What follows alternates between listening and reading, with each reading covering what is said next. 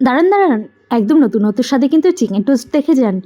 রেসিপিটা ঝটপট শুনে নিন তাহলে।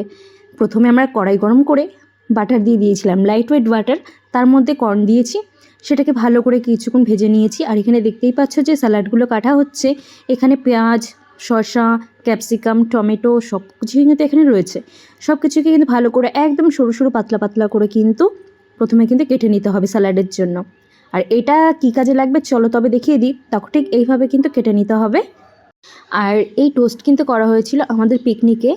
তো আমরা বিভিন্ন রকম খাবার আমরা বিভিন্ন রকমভাবে আমরা টেস্ট করে থাকি, বিভিন্ন রকমভাবে রান্নাবান্না করে। তো আজকে এটা দেখালাম, অন্যদিন তোমাদেরকে আরও অনেক রকম পদ্ধতি তোমাদেরকে দেখাবো। তো এখানে দেখতেই পাচ্ছ যে কর্নগুলোর মধ্যে কিন্তু এবার আমরা কুচিয়ে রাখা যে চিকেনগুলো ছিল সেগুলো কিন্তু আমরা দিয়ে দিলাম। আর এখানে হালকা পরিমাণ দিয়ে দিলাম একটু লবণ। সেটাকে ভালো করে এখন একটু নাড়িয়ে চাড়িয়ে নেব। আর এখানে দিয়ে দিচ্ছি গোলমরিচের গুঁড়ো পরিমাণ মতো, কারণ একটু ঝাল ঝাল না হলে ঠিক ভালো লাগবে না, তার জন্য। আর চিকেনটা কিন্তু সেদ্ধ হওয়া পর্যন্ত কিন্তু আমাদেরকে কিন্তু ভালো করে একটুখানি নাড়ি ঝাড়িয়ে নিতে হবে। আর এখানে দেখো আমরা নিয়ে নিয়েছি কিন্তু চিজ। তো চলো তাহলে আমরা ডেকোরেশনটা কিন্তু আমরা শুরু করে দিই। দেখো এখানে আমরা স্লাইস রুটি নিয়ে নিয়েছিলাম, তার মধ্যে কিন্তু আমরা দিয়ে দিচ্ছি চিজ, ওপর থেকে কিন্তু আমরা দিয়ে দিচ্ছি শসা ডেকোরেশন করে। আর যে কোনো খাবার যদি একটু ডেকোরেশন করে যদি না হয় তাহলে কিন্তু একটু ভক্তিও আসে না। তো দেখো এর ওপর থেকে আমরা দিয়ে দিচ্ছি পেঁয়াজ, দিয়ে দেবো আমাদের ভেজে রাখা কর্ন আর চিকেনটাকে। আর ওপর থেকে কিন্তু আমরা দিয়ে দিচ্ছি এবার চিজটাকে।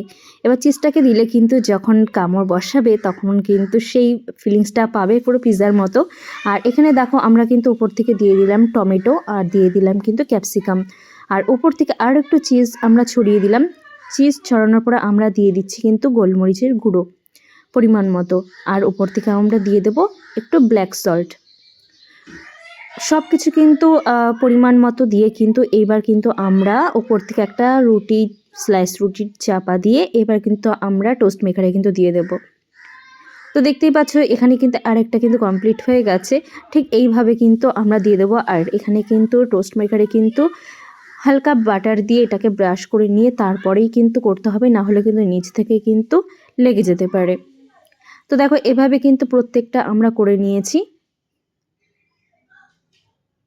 আর এরকমভাবে খেলে কিন্তু সত্যি কথা বলতে খুবই ভালো লাগে। আর এখানে স্যালাডগুলোও সবটুকু যায়। আর এভাবে কিন্তু তোমরা বাচ্চাদেরকেও দিতে পারো, তোমরা কিন্তু সন্ধ্যেবেলার খাবার হিসেবেও কিন্তু খেতে পারো।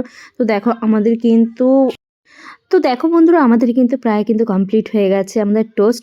আর ডেকোরেশনটাও কেমন লাগছে তোমরা কিন্তু আমাকে অবশ্যই জানিও। আর এই রেসিপিটাও কেমন লাগলো অবশ্যই জানিও। ভালো লাগলে একটা লাইক কমেন্ট শেয়ার করে দিও। তো চলো টাটা।